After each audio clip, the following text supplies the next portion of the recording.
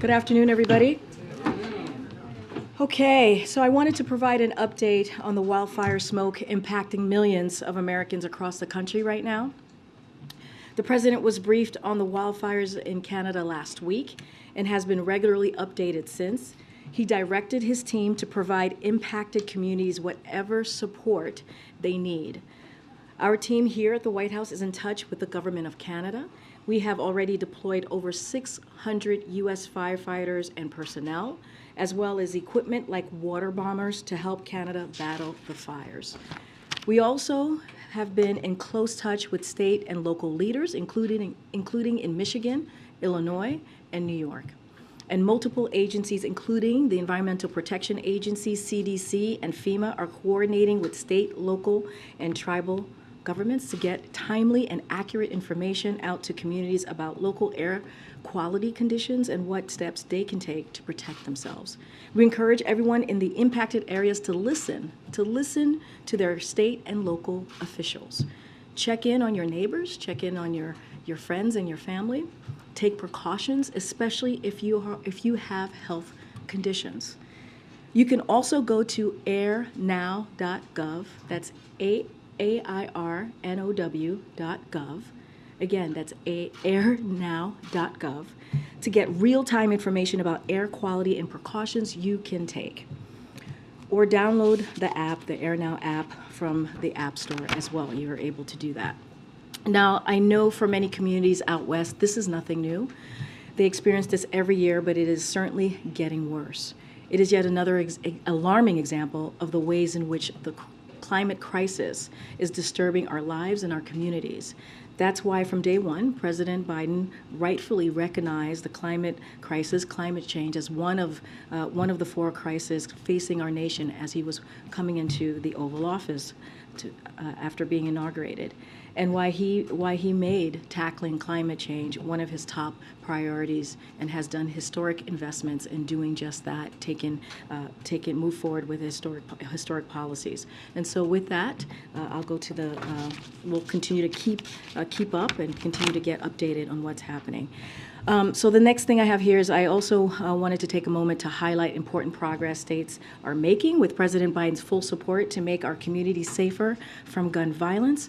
Over the past week, Connecticut, Vermont, Colorado, Hawaii have all enacted common sense gun safety bills that will save lives. And here are a few examples. That's what's happening in those particular states. In Connecticut, Governor Ned Lamont signed a gun violence prevention bill that will strengthen safe storage requirements, close loopholes in the state's ban on assault weapons, expand accountability for gun dealer, and more. And in Colorado, Governor Jared Polis signed a law cracking down on unserialized firearms known as ghost guns. This progress comes as 10 states, and including D.C., have now passed statewide assault weapons ban. With every tragic shooting we see across America, we see the urgency of action at every level of our government. The President thanks and applauds the advocates and state leaders who work tirelessly to enact these latest gun safety measures and continue to urge others to follow their lead, and Congress to act at the federal level. Today, the Council of Economic Advisors released a blog showing grocery inflation is indeed slowing, with prices of eggs and produce such as vegetables and fruit falling in recent months. As you know, grocery prices rose because of the global supply chain bottleneck and unforeseen supply shocks like avian flu and war in Ukraine, and also poor weather. As we've worked to address those bottlenecks and supply shocks, inflation for groceries is indeed cooling. Of course, we still have a lot more work to do, as you hear from us, from this administration, which is why the President's team is responding quickly to avian flu outbreaks among bird populations, increasing competition in meat industry, and strengthening supply chains that were weakened by COVID and Putin's war in Ukraine. And finally, I'd like to make an announcement that the President will welcome Jens Stoltenberg, Secretary General of the North Atlantic Treaty Organization, also known as NATO, to the White House on Monday, June 12th, to discuss the upcoming NATO summit that's going to be occurring in Lithuania. President Biden and Secretary General Stoltenberg will review preparations for the summit, including the work to further strengthen allied deterrence and defense, build on the 2014 Whale Summit Defense Investment Pledge, and deepen NATO's partnership. They will also discuss ally support for Ukraine in the face of Russia's brutal war of aggression. With that, good to see you. Good to see you. First on Ukraine, does the administration have any better insight on who or what caused the collapse of the dam? So look, we're still assessing what happened. We are indeed in touch with the Ukrainians. It is the damage, obviously, and the devastation that we're seeing is heartbreaking. We will do everything that we can to help the people of Ukraine, certainly. But I'll say this, and you've heard us say this before, just yesterday, Russia has no business to be there in the first place. And, Russia, this dam was under Russia's control, and they bear responsibility for the destruction caused by this war. And we will do everything that we can to support the people of Ukraine at this difficult time. And if I could just ask on the smoke, is the White House, and particularly the president, taking any sort of further precautions just for your own personal safety? And is this going to change at all? I know earlier today, at least it sounded like tomorrow might be worse in the Washington area, and there's supposed to be a big event on the South Lawn. Is anything being changed up at the White House as a result? In regards to the Pride event, as you just mentioned, Amr, which is going to be on the South Lawn tomorrow, I don't have any logistical updates to share at the moment. But of course, we're going to continue to monitor the situation. Just don't have anything to share at this time. As far as if we're going to be changing our approach here at the White House, we just don't have any changes and updates to report at this time. Just, I guess, to follow up on that, has the president been advised to wear a mask if he's outside, given that the D.C. air quality is code red today? No, I'm aware that the D.C.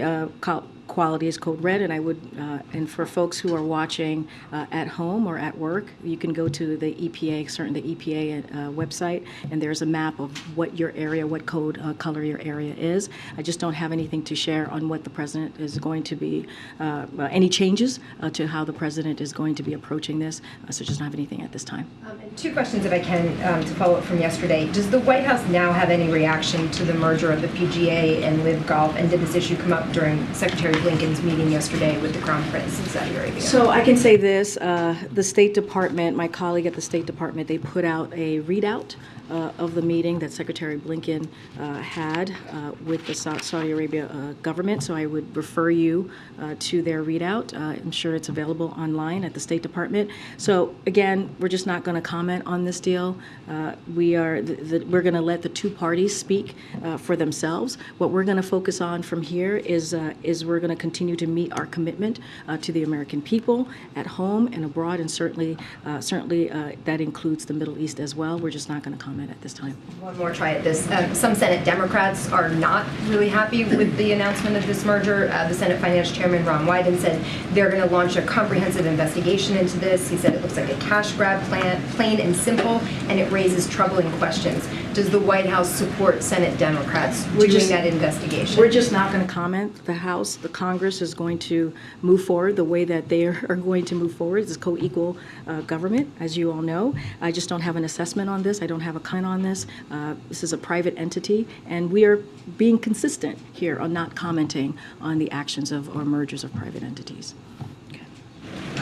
Thanks, Karine. Does the White House have a position on whether Florida sending migrants to California or any other state, for that matter,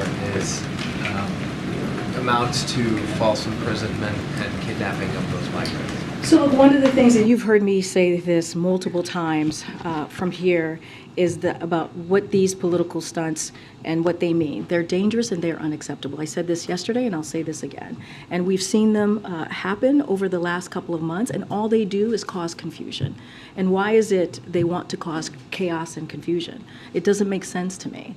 And so all unlawful border crossing, as I mentioned yesterday, are down. They're down by 70% since the president enacted enacted his plan after Title 42 was lifted early or mid-May.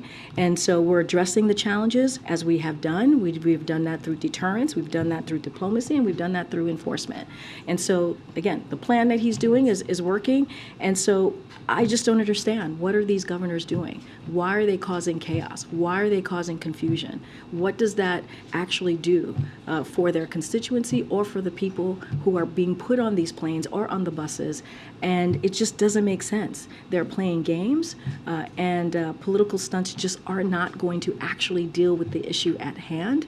And they can come meet us at the middle. They can come and do a bipartisan piece of legislation, or look at the legislation that the president put forward on day one, a comprehensive immigration policy that he put forward, legislation. Why not look at that and come to the table and have that discussion with us instead of, again, doing these political stunts?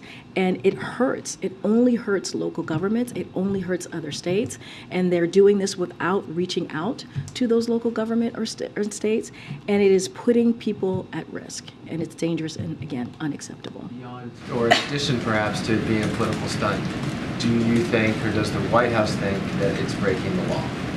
So look, I'm going to be careful here. I cannot speak to the law. I know that I know comments have been made about a particular governor who's now a candidate who has been accused of sending these migrants. So I want to be really careful because he's a candidate. So I want to follow the Hatch Act. So those are the two. That in his action as a governor. No, I just want to be. I still have to say this and be very, very careful. And what I will say more. It's about his action as a governor. Okay, all right. I'm just also being clear that he's also a candidate, and so I want to be careful and also just put that out there for the American people. But I will say, more broadly speaking, if folks are eager to see firsthand the significant drop in unlawful border crossings since the president put in his plan and that went into full effect, I mean, that's what they need to look at. They need to look at the numbers and the data that we have seen. 70% that it's come down. And so, it is what they're doing is completely dangerous. And so I cannot speak to the legal action. I cannot speak to if it's illegal or not. What I can say, it causes confusion, it's dangerous, and it is unacceptable, and it doesn't solve the actual problem that we have at hand. Yeah. Karine, thanks. Questions on two topics, but first I just want to quickly follow up on the question about LIV Golf and the PGA Tour. President Biden has been very direct in the past about expressing his concerns about human rights violations in Saudi Arabia, about the Crown Prince's role in the killing of the journalist Jamal Khashoggi. Do you really mean to say that you have no comment on this massive investment by Saudi Arabia taking a huge foothold in one of the U.S.'s biggest sports? Well, we've been very clear. When it comes to mergers, when it comes to a private entity, we do not comment. I mean, that is not unnatural. That is not uncommon from us here at the White House. Look, when it comes to human, let me finish. Let me finish. When it comes to human rights, we have been very clear. This president has not shied away on calling that out.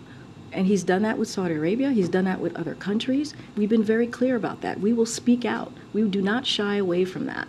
And been, again, very, very clear. When it comes to a merger with these two entities, that is something that we're just not going to comment on. But when it comes to human rights, we've been very clear. We're going to call that out. We are going to call that out with countries just across the globe. And the president has done that in these last 2 years. Okay. And then in terms of first topic, dock workers are disrupting operations at major West Coast international ports over a labor dispute. The National Retail Administration is calling on the administration to intervene in negotiations to solve that labor dispute. We also have UPS workers that are currently voting on whether or not to strike if they don't have a new contract by August 1st. Does the administration plan to intervene in any of those labor disputes? So when it comes to the West ports, I can say that the president respects the collective bargaining process as the best way for workers and employers to reach mutually beneficial solutions, which we have said before. And Acting Secretary Sue and others in administration are regularly engaging with the parties, encouraging them to stay at the negotiating table and finish their work.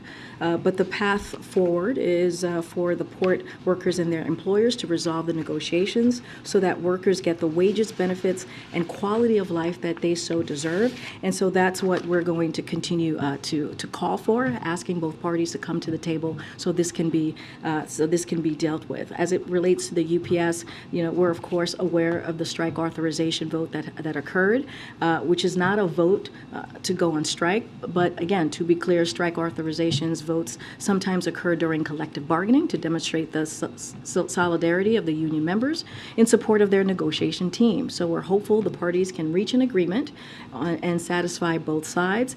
And so again, the president respects collective bargaining process, and he believes that the best way for workers and employers to reach an agreement that ensures workers get their fair benefits and quality of life and wages that they deserve. So I'll leave it Can the there. administration play an effective role with an acting secretary at the helm of the Labor Absolutely. Department? Remember, this is an acting secretary that was a deputy secretary under Secretary Walsh for the first almost 2 years, and so we have complete confidence in acting Secretary Sue, and she has, as you know, strong relationships with these different labor organizations, and we believe that with her leadership, certainly she'll engage in a way with the parties that'll be effective. And then real quick, this is not a question about to weigh in on these presidential candidates.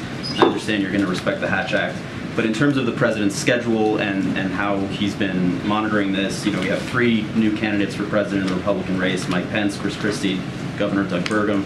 Is the president monitoring these announcements? Is he carving out any time in his schedule to watch these announcements? Any thoughts on it? All I can tell you is the president's focused on the American people. That's his job. That's his job day in, day out, and you see that as he talks about investing in America, as he talks about his economic policy for American people, as you saw him do, negotiate a fiscally responsible bipartisan budget. And that is going to be his focus as it relates to the campaign and schedule or what he's going to be doing next. Certainly, I would refer you to his campaign or the DNC. But I know for sure the president is zeroed in and focused on the American people, and that's what he's going to continue to do. Go ahead. Thanks, Karine. When the president walked from the residence to the Oval Office today, he walks along the colonnade outside, do you know if he wore a mask? Nobody is wearing a mask walking from on the colonnade. Are you saying outside, given the... I'm just telling you, I don't have any changes to, as I mentioned earlier, I don't have any changes to what he'll be doing, but we've been walking back and forth on the colonnade, and no one is wearing a mask. It's a short walk. And then a question on the Prime Minister's visit tomorrow. Can you give us a little bit of a readout of what we should expect from the 2 leaders, whether there are certain things the president is hoping to accomplish? Obviously, this is Prime Minister Sunak's first visit to the White House. The 2 have met at other locations, but just wanted to hear a little bit more about them. They certainly have met a couple of times, as you just laid out, Tyler. A couple of things I will lay out. The president is looking forward, obviously, to welcoming Prime Minister Sunak to the White House to further deepen the close economic relationship between United States and United Kingdom, and to discuss key challenges and opportunities. This will be the 4th consecutive month the president has met the Prime Minister. Already this year, they've met in Hiroshima at the G7, in Belfast in April, and in San Diego in March at the AUKUS trilateral event about our long-term defense and security partnerships in the Indo-Pacific. So during this visit tomorrow, the 2 leaders will review a range of global issues, including our economic partnership, our shared support for Ukraine, and as it defends itself against Russia's brutal war of aggression, as well as further action to accelerate the clean energy transition. The President and the Prime Minister will also discuss the joint U.S.-UK leadership on critical and emerging technologies, as well as our work to strengthen our economic security. They will also review developments in Northern Ireland as part of their shared commitment to preserving the gains of the Belfast Good Friday Agreement, and certainly we will have more to share and a readout once their meeting occurs and ends tomorrow. Go ahead, Joey. Thanks, Karine. I like your tie. Sticking with the British Prime Minister's visit, one of the things that he supposedly is going to bring up during the meeting is this idea of a creation of a global watchdog agency over AI.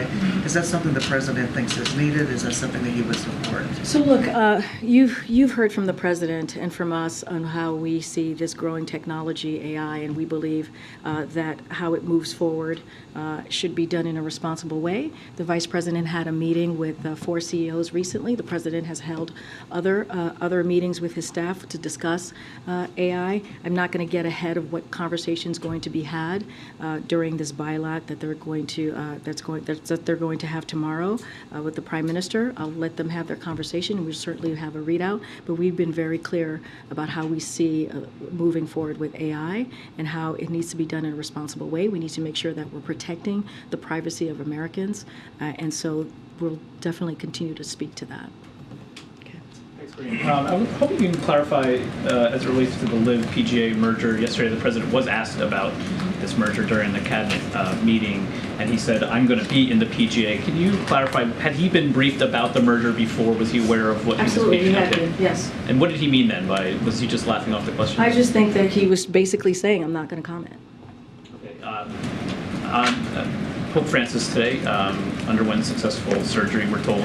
I'm wondering, given the close relationship the president has developed with him, has there been any outreach to the Vatican or between the two men themselves? Well, obviously, I don't have any call to read out, but obviously our thoughts are with the Pope, and certainly we are hoping that he has a full and quick recovery. And then on your announcement about the Secretary General's visit in a couple weeks, has the president ruled out asking Mr. Stoltenberg to extend his tenure again with NATO, and is this a subject that he might raise with the Prime Minister tomorrow? Prime Minister Sunak has been advocating for his defense minister as a potential successor. So I'm not going to get ahead of the conversation that they're going to have. I can say, and we've said it here yesterday, that the president believes that the secretary has done an outstanding job, a superb job as Secretary General, especially in this critical moment in history, leading the alliance that we have responded to in response to Russia's war in Ukraine. And so we're very, very grateful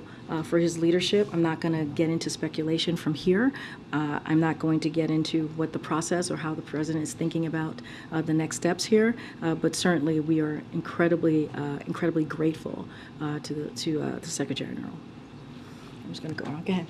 Thanks, Karine. So you noted in your topper that climate change is making wildfires worse. And just to put a finer point on it, should the public expect this kind of thing to be happening more often where large parts of the East Coast are covered with smoke? So look, I'm not an expert. I can't predict how this is going to move forward or how this is going to look in the future. But certainly we've seen, I mentioned the West Coast has dealt with this for some time. So this is not uncommon, sadly. It's only getting worse.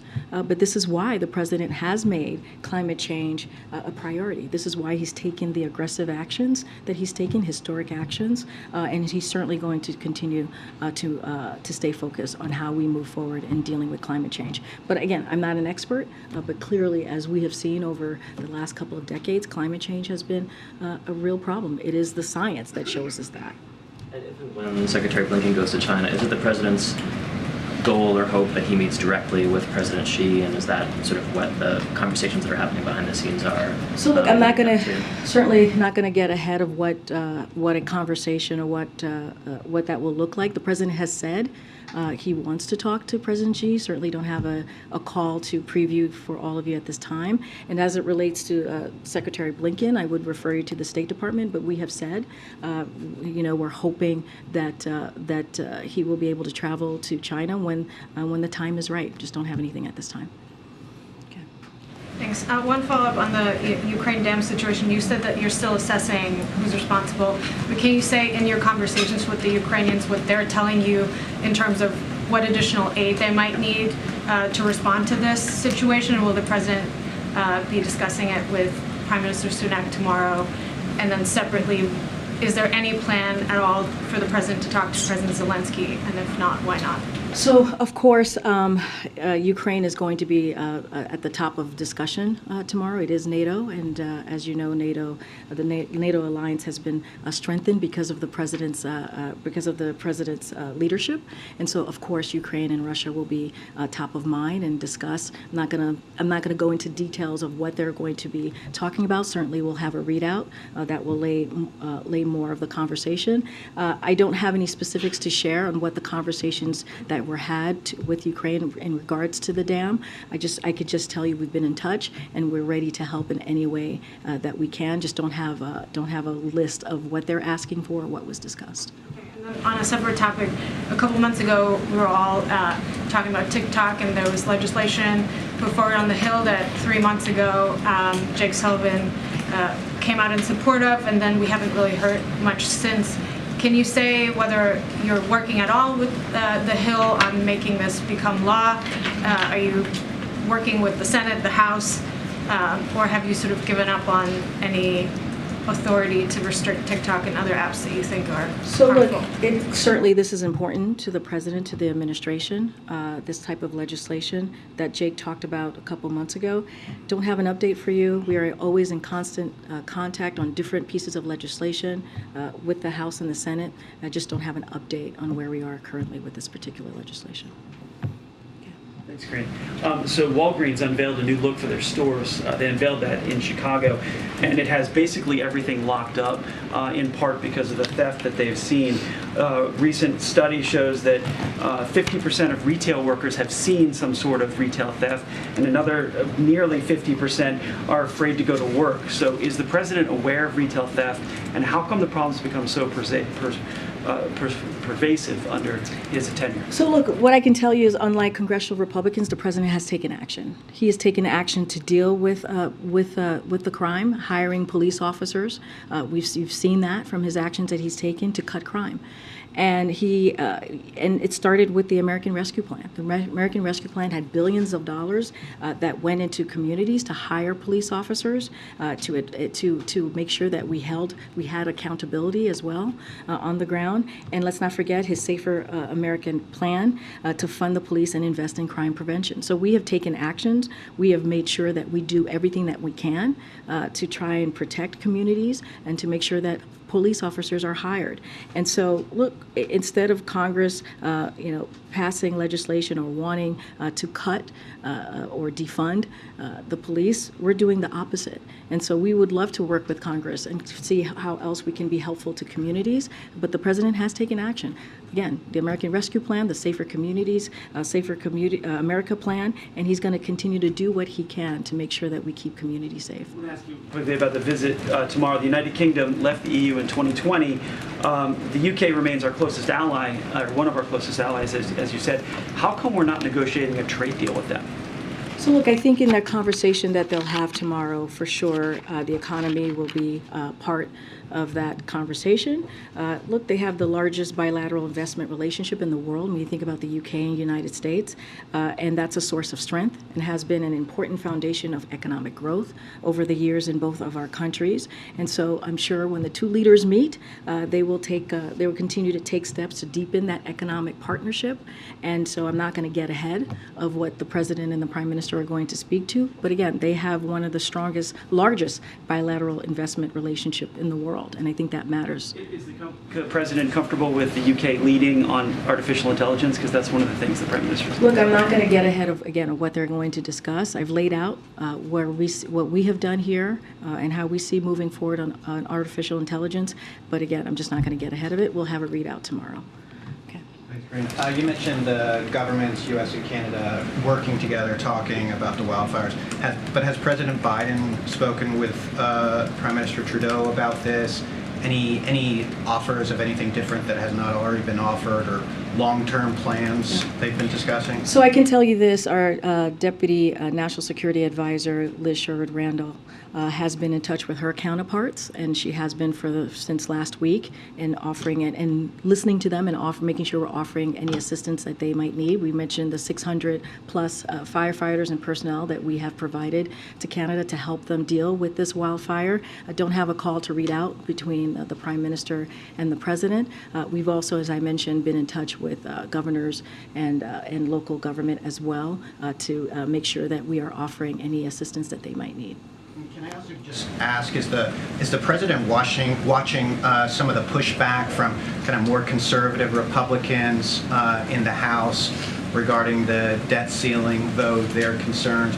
Does he have any thoughts about that effort, and also how it might impact future dealing with the House? Look, and I mentioned this last week, even earlier this week, the president has has signed more than 350 bipartisan pieces of legislation, signed them into law. And I think that shows how the president has been able to work with Congress in a bipartisan way. And I think that's important. And we hope that continues because there's so much more that needs to be done as far as lowering costs, making sure the wealthy pay their fair share. There's a list of things that we would love to work in a bipartisan way with Congress. And so the president certainly, he's an optimist. He believes that we can continue to do that work. And certainly we're going to try. As it relates to what Congress is saying or congressional Republicans are saying, look, this was a bipartisan, fiscally responsible piece of legislation. It was important to the American people. We believe they are the ones that won because we were able to protect some of the programs that they truly need just to make ends meet. We're able to protect all of the historic pieces of legislation that the president put forward to deal with an economy that doesn't leave anybody behind. So the president is very proud of what he was able to do with Speaker McCarthy and the other leaders, and we hope that type of bipartisanship continues. Certainly, I'm not going to get into hypotheticals on how that's going to look down the road, but we have a record. We have a record in the last 2 years to show that we have been able to get that done. Thank you. I wanted to ask you about, we are 2 weeks away from the state visit. Secretary Austin was in Delhi this week, and I guess there's some other high-profile visits happening between them now and then.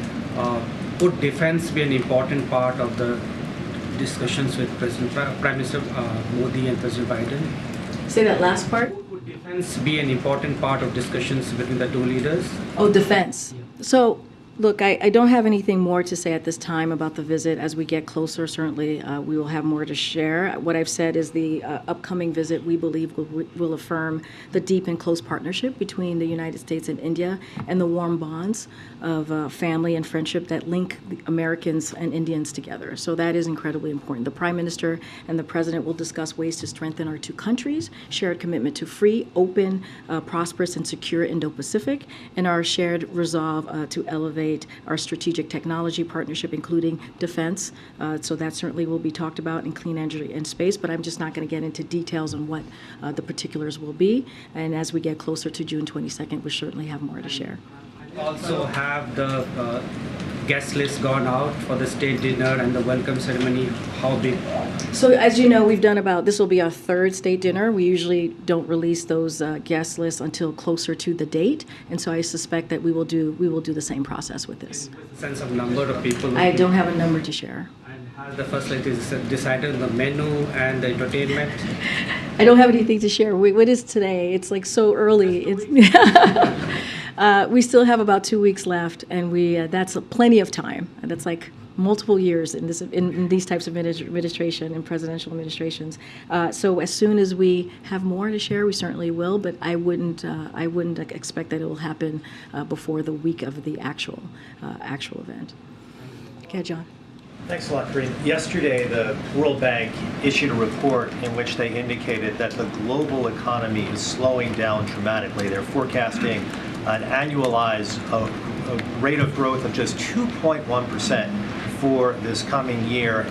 Is that something that you agree with? You see the U.S. economy similarly slowing down at a substantial rate? So I haven't seen the report. Certainly I have to talk to our economist about the report that you're speaking to. What I can share with you is what we're doing here and how we think it is going to be important to strengthening the global economy, right? In making sure that the debt limit was dealt with. I think that was an important way to dealing with the global economy, having a bipartisan, important budget negotiation that was clearly signed into law. That is incredibly important, making sure we're protecting jobs, protecting retirement accounts for Americans, which is what the president was able to do, making sure people stay on their health care, and protecting other incredibly important programs like veteran programs, for example, Social Security, Medicare. So because of the work that this president has done the last 2 years and just most recently, we are in a better place with our economy, with the American economy. I would have to speak to the economist about this particular piece of data that you're sharing. The economy has been incredibly resilient. Do you expect that to continue over the course of the remainder of this year? And what is it that this White House can do to prevent this slowdown in the economy given the fact that there is a divided Congress? So look, and you're right, the U.S. economy has been very resilient, and that is a lot because of the actions that this president has taken. And making sure that we turned the economy around from when he walked in. As you know, it was a crisis. And so we've been saying this. We've been saying that we believe that we're transitioning to a more steady growth, stable growth, and that's what we're seeing when you look at the job numbers that come out every month, and that's what we believe we're headed to. And so the president's certainly going to continue to do. He's going to now implement those historic pieces of legislation where it's going to create more jobs and it's going to help continue to make sure that the economy stays resilient. The minority leader in the Senate, Mitch McConnell, has said that the budget caps for defense spending in the budget agreement are insufficient to meet the challenges as it relates to Russia, Iran, China. Does the president share those concerns, and does the president intend to submit any sort of supplemental spending package as it relates to either bumping up defense spending or specifically providing additional military assistance for Ukraine? So as the president said last week, and I'll quote him, he said, if there's any existential need for additional funding, I have no doubt we'll be able to get it. That's what the president said when the budget agreement was done. We have been grateful for the widespread bipartisan support for Ukraine and expect that to continue. And so it doesn't rule out, the budget agreement does not rule out additional emergency funding, whether it is for Ukraine or extreme weather. And so the president is very confident on that.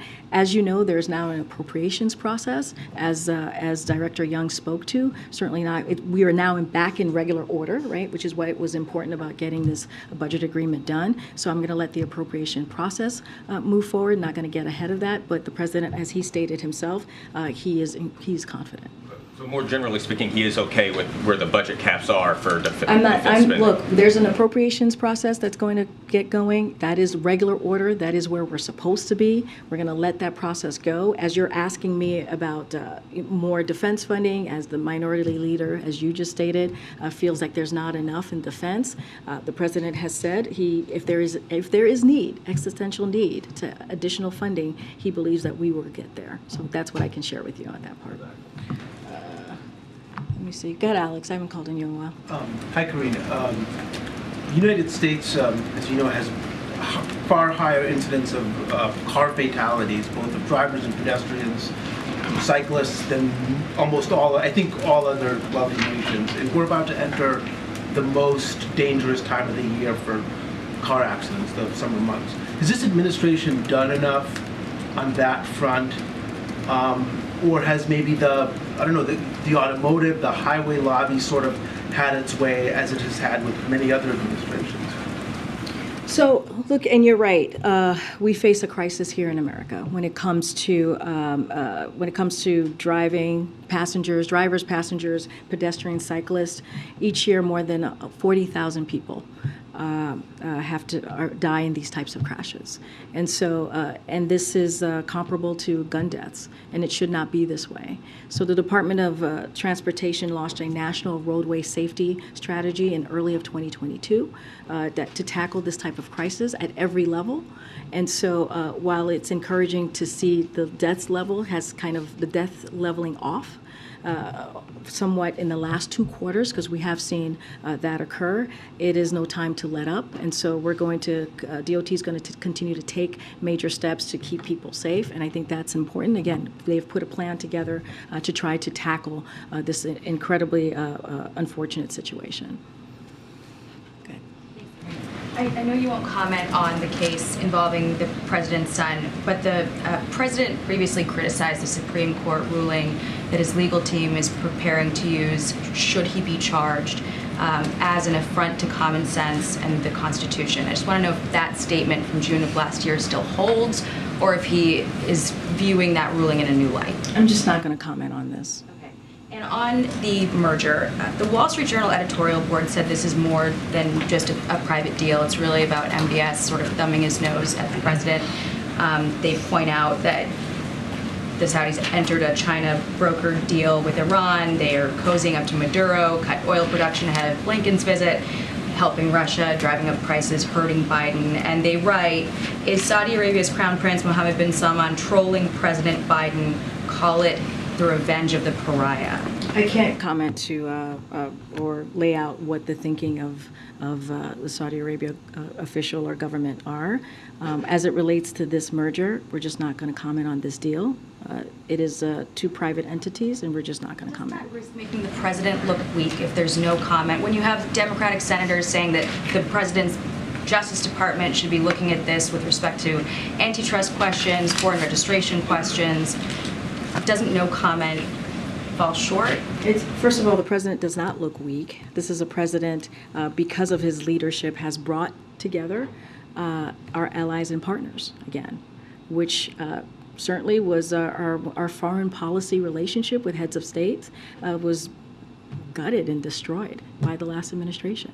And this is a president that has been able to strengthen NATO alliance again because of his leadership, has been able to bring more than 50 countries together to help support Ukraine as they're battling the aggression from Russia. And that is occurring because of this president's leadership. And so I think that is important. And because we're saying that we're not going to speak to a private merger, a company's merger, a private entity, does not make the president weak. You said he was briefed on it though, right? It does not make the president. Of course, he's going to be briefed on it. He's the president of the United States. But does not. But we're not going to comment on it because it is a private entity. We've been consistent. We've been consistent. He's the president of the United States. He gets to know everything that's going on in the world and in the country, right? That is important for him to know. He's one of the leaders of the free world. To get briefed on private. All right, I've answered your question. We're going to move on. Go ahead, Courtney. Will the president withdraw his nomination of Dale Ho for a judgeship in the Southern District of New York? Today's cloture vote in the Senate is canceled. So the president is proud to have put him forward, and we're going to continue to support his nomination. Do you have an expectation of when another vote will be scheduled? I don't have a timeline on when that vote will happen. I can tell you that the president continues to support. So much. I have two questions about events at the White House tomorrow. Firstly, on the Sunak visit, the Prime Minister has echoed some of President Biden's strong words on Taiwan. So I'm wondering if the two leaders are going to discuss related China issues like investments, semiconductors, supply chains. And is it a priority for the administration to get U.S.-UK alignment on these issues? Just not going to get ahead of their conversation tomorrow. I just laid out what they're looking forward to particularly discussing. This is the fourth time that they've met in 4 months. And it is our closest relationship, an important relationship, especially as we talk about Ukraine and the war in Ukraine. That was clearly an aggression by Russia. I'm just not going to get into specifics of what they're going to speak about. I talked about the economy, I talked about Ukraine, and certainly clean energy, which is going to be incredibly important, but just not going to go into any more specifics. And we'll certainly have a readout. Then moving on to the Pride event tomorrow, this is likely to provoke some political or politicized pushback, especially from some of the states that have passed legislation targeting sexual minorities or from countries that have done the same. So could I just hear from you, why does the White House feel that this event is important, especially in this context? So we've had multiple events celebrating the LGBTQ+ community, multiple. And this is a president that has been a strong ally, a vice president that has been a strong ally, a second gentleman, a first lady that's been a strong ally of the community. And it is important, he feels it is important, they feel it is important to lift up a community, to lift up their accomplishments and what they've been able to do for the community. And so we think it's an important moment. And let's not forget what we're seeing across the country from state houses. More than 600 pieces of legislation, anti-LGBTQ+ legislation. A few hundred of those are against transgender youth. And so we have not seen that type of anti-sentiment, against this community in decades. And so we believe that not only does this community need to be celebrated, and continue to be celebrated, as he's done many times before in this past 2 years. But we also need to make sure that we let the community know that the president has their back, and we're going to continue to fight for them. And so that is important. I think that is important to be able to bring a couple of thousand Americans here to the White House to let them know that this president is going to continue to fight for them. And that's the message that we want to make sure that gets out there. Okay, go ahead. Oh, on the issue of asylum seekers arriving in New York, recently Governor Hochul and New York City Mayor Adams, press called upon the federal government, the Biden administration, to somehow work on relaxing some of the work permitting requirements, easing restrictions so that some of these asylum seekers can get their work permits before this 6-month waiting period. I'm wondering if the White House has any update on that, any, just stance on those discussions? So I don't have any updates on the work requirements. I know that's been in the news for some time now. What I will say is that we have had direct communications and conversations with these interior cities and states who are dealing with an influx of immigrants in their city and in their state. And we've had very multiple conversations, not just with New York, but also Chicago and other interior cities and states. And what I will say is that we have offered assistance and resources. I have announced, and it's been announced not just by me, but by DHS, the more than 200 million, I believe more than 300 million of resources to those particular interior states. And also, I have even said this yesterday, that a large piece of that has been provided to New York. And so we're going to continue to have those conversations. We're going to continue to assist the best way that we can, as we have been doing for the past several months. Go ahead, Owen, in the back. Good afternoon, Karine. In Chicago, over Memorial Day weekend, over 50 people were shot, several killed in separate incidents. And I know that you discussed the action this administration has taken to try to reduce gun violence, but I want to know what the president has to say to individual Chicago residents living in neighborhoods where bullets are flying and can't wait for laws to take effect, what the president would tell that person. We will say that we are doing everything that we can to make sure their communities are safe. And the president, and it's not just our words, our actions show that. The president signed into more than 24 executive actions to deal with gun violence. And the president has also continued to call on Congress to take additional action. We are very proud of the bipartisan piece of legislation on gun violence to fight gun violence that was signed just about a year ago. And that was something that we had not seen in 30 years. And because of the president's leadership, we were able to get that done. The president also has made clear that Congress needs to do more. And so he's taken action. And certainly our hearts go out to families or individuals who have lost loved ones. It is devastating to see when you hear a statistic where guns are